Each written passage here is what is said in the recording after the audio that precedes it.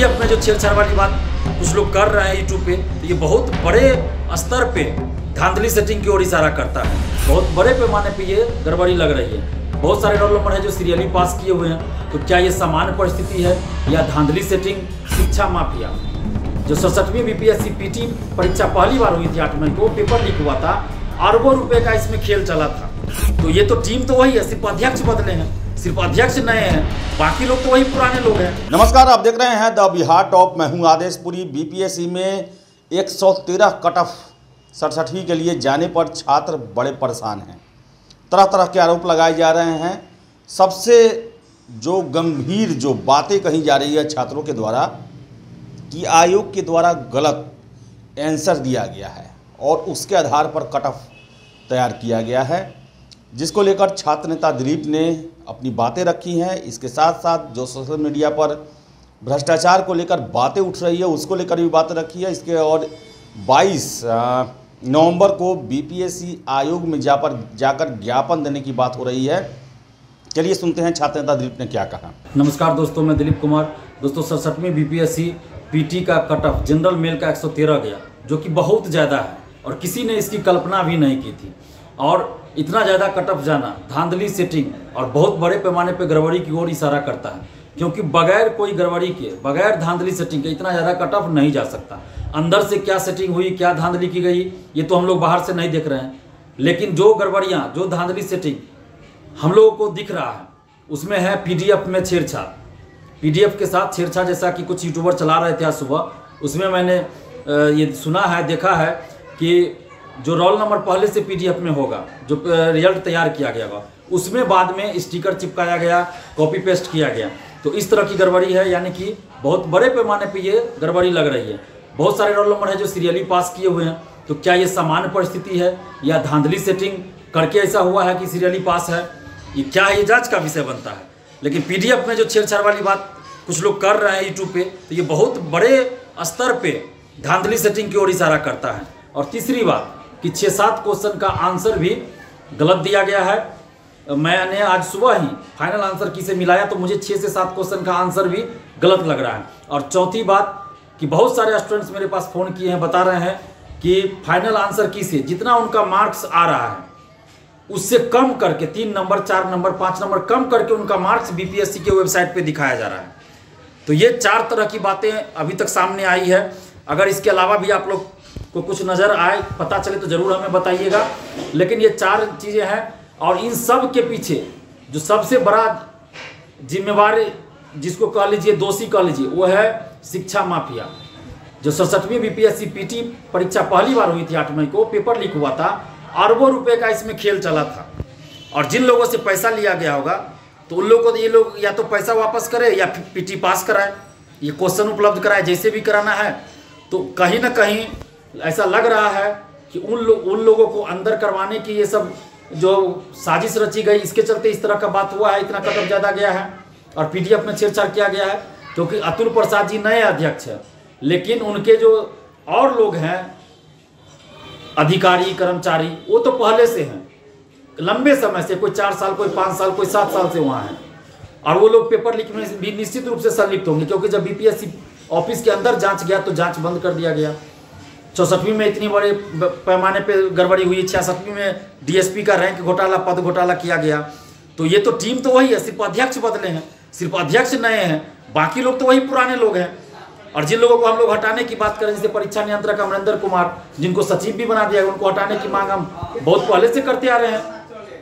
तो वो लोग, हो सकता है अध्यक्ष जो अतुल प्रसाद जी, उनको पता भी ना हो और ये लोग गड़बड़ी कर दिए, वैसा भी हो सकता है। ये जांच का विषय है, ये जांच निश्चित रूप से इसमें होनी चाहिए। और जब तक जांच निष्पक्ष नहीं होगी और सभी शिक्षा माफिया नहीं पकड़े जाएंगे, तब तक तो गड़बड़ियाँ होती रहेंगी। जो लोग अभी पीटी पास भी कर गए हैं 11,607, तो फिर इसमें जो सेटिंग से गए होंगे, धांधली सेटिंग कर गए, वो तो मेंस में भी सेटिंग कराएगा। हम ये नहीं कर रहे हैं कि 11,607 में सभी सेटिंग से ही गए हैं, हम ऐसा नहीं कर रहे हैं। लेकिन हम ये जरूर कर रहे हैं कि इसमें बहुत सारे लोग मेरिट से, ईमानदारी से भी गए हैं, लेकिन बहुत सारे लोग सेटिंग से भी गए हैं। तो जो सेटिंग से गए तो मेंस में भी सेटिंग कराएगा।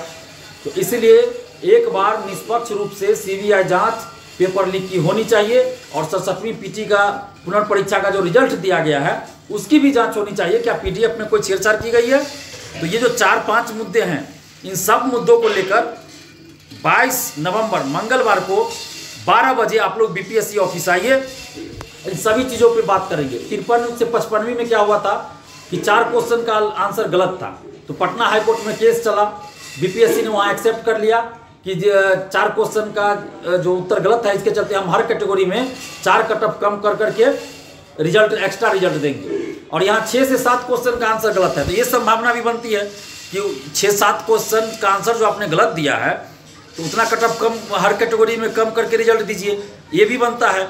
और दूसरी बात कि पूरे रिजल्ट की जांच भी होनी चाहिए, जो पीडीएफ में छेड़छाड़ हुई है कि नहीं हुई है, इसकी जांच होनी चाहिए।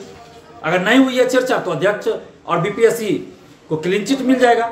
जांच कराने में क्या दिक्कत है, जांच होनी चाहिए। जब बाहर बात ये चल रही है कि पीडीएफ में छेड़छाड़, जैसे जानकार बता रहे हैं, जो लोग इस चीज़ के एक्सपर्ट हैं, जानकार है, वो लोग बता रहे हैं कि ऐसा लग रहा है कि पीडीएफ में छेड़छाड़ किया गया, जो रिजल्ट है उसमें छेड़छाड़ किया गया है।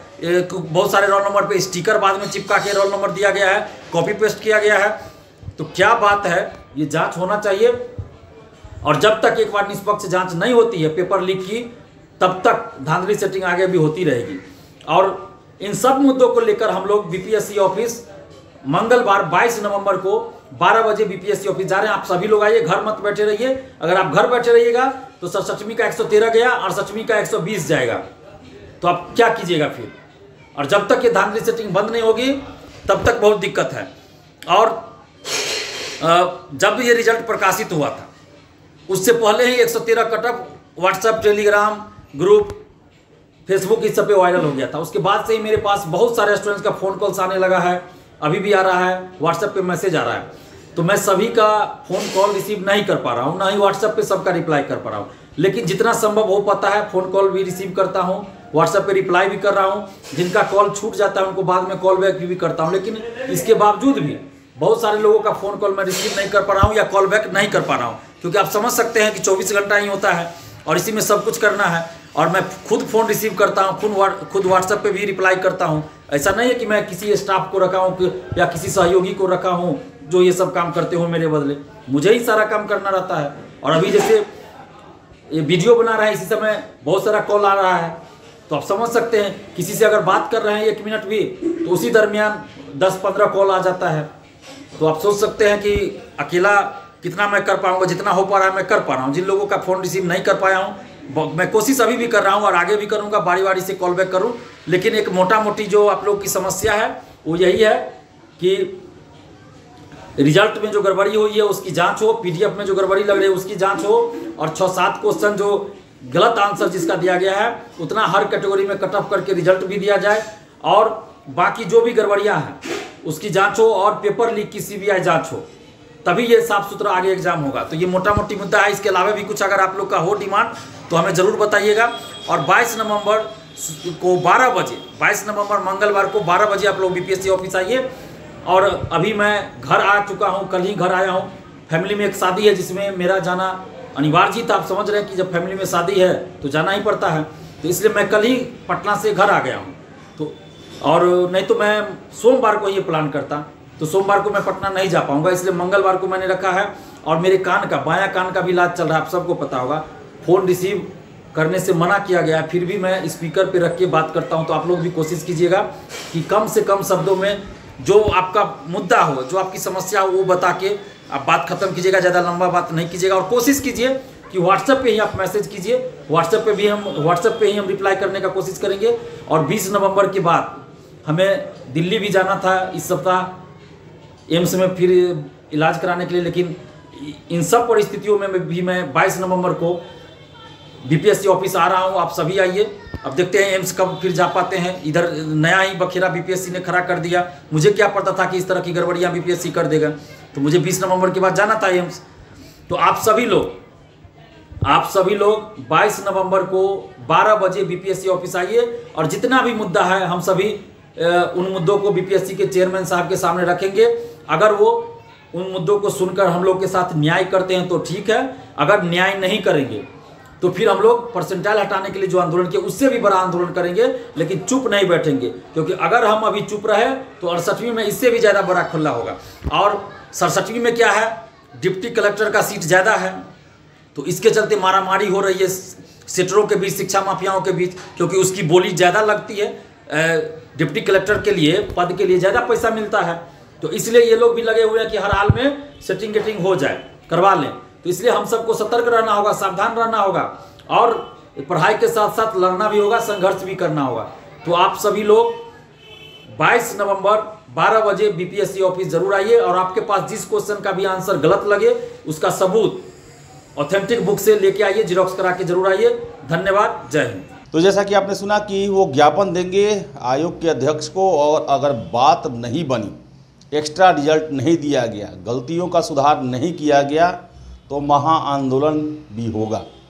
तो देखिए कहाँ तक बात जाता है। हालांकि आपको बता दें कि छात्र बहुत नाराज़ हैं और तरह तरह के आरोप आयोग पर लगा रहे हैं। तो फिलहाल इस वीडियो में इतना ही। बहुत बहुत धन्यवाद।